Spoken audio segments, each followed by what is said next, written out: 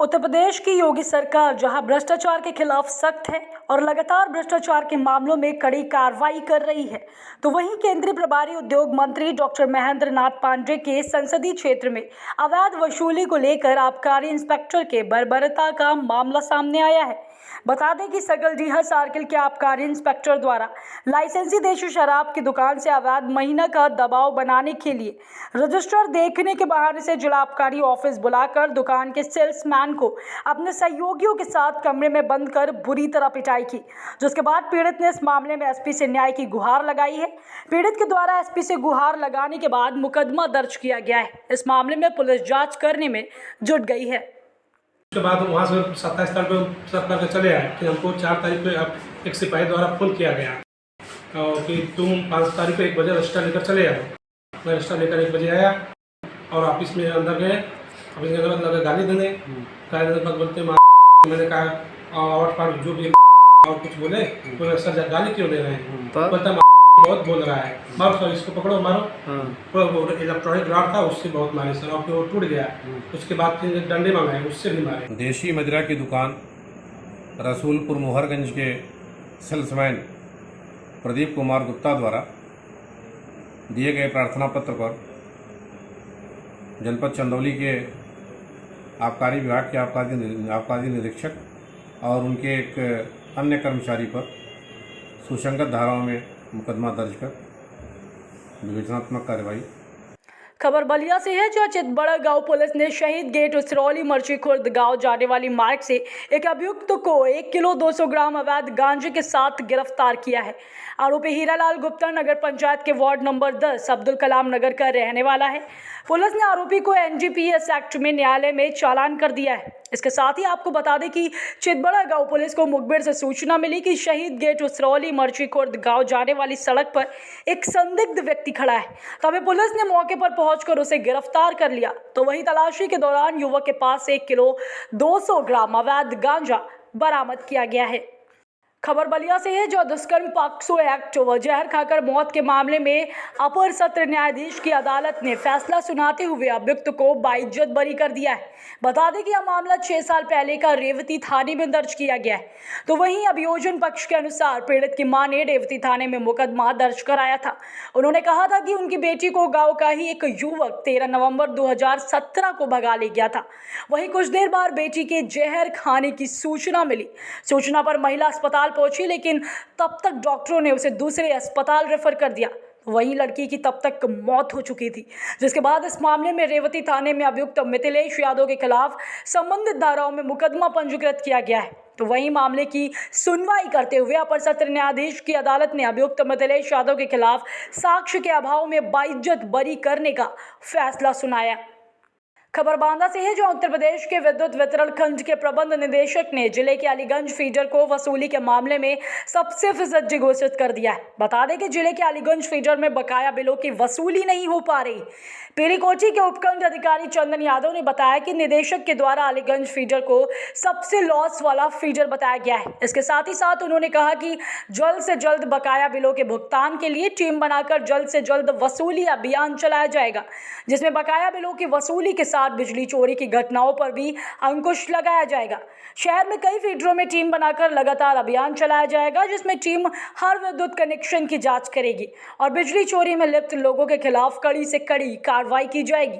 वहीं नगर में होने वाले नए कनेक्शन पर आर्म्ड केबल का उपयोग करने के लिए लोगों को जागरूक किया जाएगा, जिससे बिजली चोरी की घटनाओं में कमी आएगी। वही खबर अम्बेडकर नगर से है, जहाँ चोरी की मोटरसाइकिलों के साथ 4 युवकों को पुलिस ने गिरफ्तार कर क्षेत्र में लगातार हो रही बाइक चोरी की घटनाओं पर अंकुश लगाने का प्रयास किया है। यह पूरा मामला मालेपुर थाना क्षेत्र का बताया जा रहा है, जहां नवागत थाना प्रभारी के आने के बाद क्षेत्र में लगातार मोटरसाइकिल चोरी की कई वारदात हो रही थी, जो क्षेत्रीय पुलिस के लिए एक बड़ी चुनौती थी। इसी बीच पुलिस को मुखबिर से सूचना मिली कि कुछ लोग चोरी की मोटरसाइकिल लेकर क्षेत्र में घूम रहे हैं, जिसके बाद पुलिस ने युवकों को हिरासत में लेकर पूछताछ की तो अलग अलग प्रदेश और जिले की 6 मोटरसाइकिलें बरामद की गई। पुलिस ने गिरफ्तार किए गए सभी चोरों के खिलाफ मुकदमा पंजीकृत कर न्यायालय चालान कर दिया है। सभी चोर मालेपुर थाना क्षेत्र के सैरपुर उम्र के रहने वाले बताए जाए। प्रति गश्त करती है। गश्त के दौरान एक वाहन रोका गया, एक मोटरसाइकिल, तीन मोटरसाइकिल सवारों को रोका गया। तो उनकी चेकिंग की गई तो पाया गया कि उस मोटरसाइकिल के संदर्भ में उनके पास किसी भी प्रकार के कागजात नहीं थे। फिर उनसे गहन पूछताछ की गई तो उनकी निशानदेही पर कुल 6 मोटरसाइकिलें बरामद की गई जो चोरी की मोटरसाइकिलें थी, और ये लोग चोरी की मोटरसाइकिलों की खरीद बिक्री इत्यादि का काम किया करते थे। इस आधार पे सुसंगत धाराओं में थाने में मामला पंजीकृत किया गया और इसकी अग्रिम विधिक कार्रवाई की जाए। खबर गोंडा से है, जहां जनता की शिकायतों और समस्याओं के निस्तारण के लिए जनपद के समस्त तहसीलों में संपूर्ण समाधान दिवस का आयोजन किया गया। इस मौके पर तहसील मनकापुर में डीएम व एसपी ने आए हुए फरियादियों की समस्याओं को सुना। इसके साथ ही शिकायतों के शीघ्र निस्तारण करने के लिए संबंधित विभाग के अधिकारियों को निर्देशित किया। इस समाधान दिवस में कुल 133 प्रार्थना पत्र है, जिसमें 5 प्रार्थना पत्रों का मौके पर ही निस्तारण कर दिया गया, तो वहीं शेष प्रार्थना पत्रों के निस्तारण के लिए संबंधित अधिकारियों को निर्देश दिए गए। इस मौके पर जिलाधिकारी नेहा शर्मा ने कहा कि अवैध अतिक्रमण के मामले में पुलिस फोर्स के साथ मौके पर जाकर निस्तारित कराना सुनिश्चित करे। तालाब जमीन की पैमाइश, अवैध कब्जा, चक्रोट, नाली, अवैध अतिक्रमण को पुलिस फोर्स के साथ हटवाने के निर्देश भी दिए गए। इस अवसर पर पुलिस अधीक्षक अंकित मित्तल, बीडीओ छपिया बबन जोत, एसओ खुड़ारे छपिया मोतीगंज समेत अन्य अधिकारी लोग मौजूद रहे। वही खबर कुशीनगर से है, जहां मुंशी प्रेमचंद के पुण्यतिथि पर राजकीय बौद्ध संग्रहालय कुशीनगर के हाल में कवि सम्मेलन का आयोजन किया गया। इस कवि सम्मेलन में दूर दूर से आए कवियों ने अपनी कविताएं सुनाई।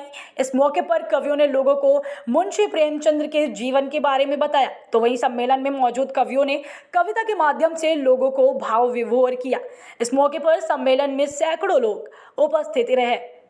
खबर बलिया से है, जो पीडब्ल्यूडी डॉक बंगले में पूर्व केंद्रीय मंत्री व लोक जनशक्ति पार्टी के संस्थापक रामविलास पासवान का 3री पुण्यतिथि मनाई गई, जहां पर कार्यकर्ताओं ने उनकी तस्वीर पर फूलमाला चढ़ाकर उन्हें श्रद्धा सुमन अर्पित किए। इस मौके पर लोजपा के किसान प्रकोष्ठ के प्रदेश उपाध्यक्ष झूलन अंसारी ने कार्यकर्ताओं को संबोधित करते हुए कहा कि रामविलास पासवान कोई चेहरा नहीं, बल्कि बिहार की राजनीति के एक ऐसे ब्रांड थे जिनकी यादें कभी खत्म नहीं हुई। उन्होंने कहा कि कोई भी गठबंधन हो, रामविलास पासवान का सिक्का हमेशा जीत की इबारत लिखता रहा। साथ ही उन्होंने कहा कि पासवान के पास 6 प्रधानमंत्रियों के साथ काम करने का अनूठा रिकॉर्ड है। इस मौके पर सुनील पासवान, जयराम ठाकुर, बबलू पासवान, आस नारायण पासवान, मोहन पासवान समेत दर्जनों कार्यकर्ता मौजूद रहे। 2024 में मोदी सरकार इंडिया गठबंधन से चुनाव हार रही है। इसी बौखलाहट में इंडिया की मजबूत आवाज संजय सिंह को गिरफ्तार किया गया। यह बातें आम आदमी पार्टी के जिलाध्यक्ष सुशांत सिराज भारत ने रविवार को गढ़वाल रोड स्थित पार्टी कार्यालय पर प्रेस वार्ता के दौरान कही। जिलाध्यक्ष ने मोदी सरकार पर जमकर निशाना साधा। उन्होंने कहा कि आम आदमी पार्टी के उत्तर प्रदेश प्रभारी व सांसद संजय सिंह की ईडी के द्वारा गिरफ्तारी से आम जनमानस में भारी रोष है। यह कार्रवाई मोदी अडानी के भ्रष्टाचार के खिलाफ इंडिया की मजबूत आवाज संजय सिंह की आवाज को दबाने की साजिश है। साथ ही कहा कि फर्जी शराब घोटाले के मुख्य अभियुक्तों ने 14 बार ईडी से बयान दिया। उसके साथ ही लेकिन उन बयानों में कभी संजय सिंह का नाम नहीं लिया गया। सांसद संजय सिंह कोई अनजान व्यक्ति नहीं है। क्या अभियुक्त को इतनी बार बयान देते हुए सांसद संजय सिंह का नाम याद नहीं आया? अचानक ईडी के द्वारा अभियुक्तों को गिरफ्तार किया गया। अभियुक्त से सांसद संजय सिंह के खिलाफ बयान दिलवाया गया।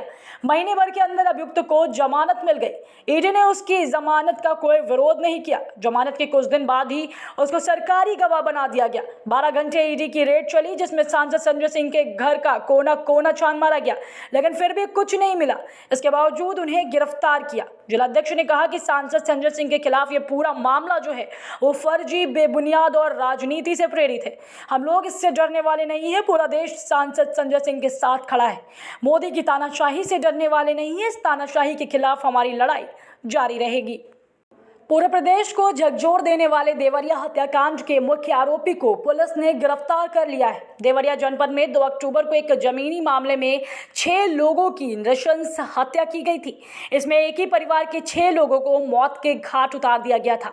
मृतकों में 2 मासूम बच्चे भी शामिल थे। इस नरसंहार के बाद पुलिस ने इस मामले में 28 लोगों पर नामजद और 50 अज्ञात पर मुकदमा दर्ज किया गया है। पुलिस ने 20 नामजद आरोपियों को गिरफ्तार कर जेल भेज दिया है। इसके साथ ही रविवार को इस वारदात वारदात के मुख्य आरोपी नवनाथ मिश्रा, जो मृतक सपा नेता प्रेमचंद यादव का ड्राइवर और गनर दोनों था, उसे पुलिस ने गिरफ्तार कर लिया है। आरोपी की निशानदेही पर राइफल को भी जब्त किया है। इसके साथ ही इस वारदात के समय 3 राउंड राइफल से गोली चलाई थी। पुलिस अधीक्षक संकल्प शर्मा ने बताया कि इसने ही राइफल से वारदात के समय गोली चलाई थी। नवनाथ मिश्रा उर्फ पच्चू अभयपुरा का रहने वाला है। पुलिस के मुताबिक उसने कबूल कर लिया है कि वारदात के वक्त वो वहां पर मौजूद था। वह बरामद लाइसेंसी राइफल मृतक प्रेमचंद यादव के नाम से थी।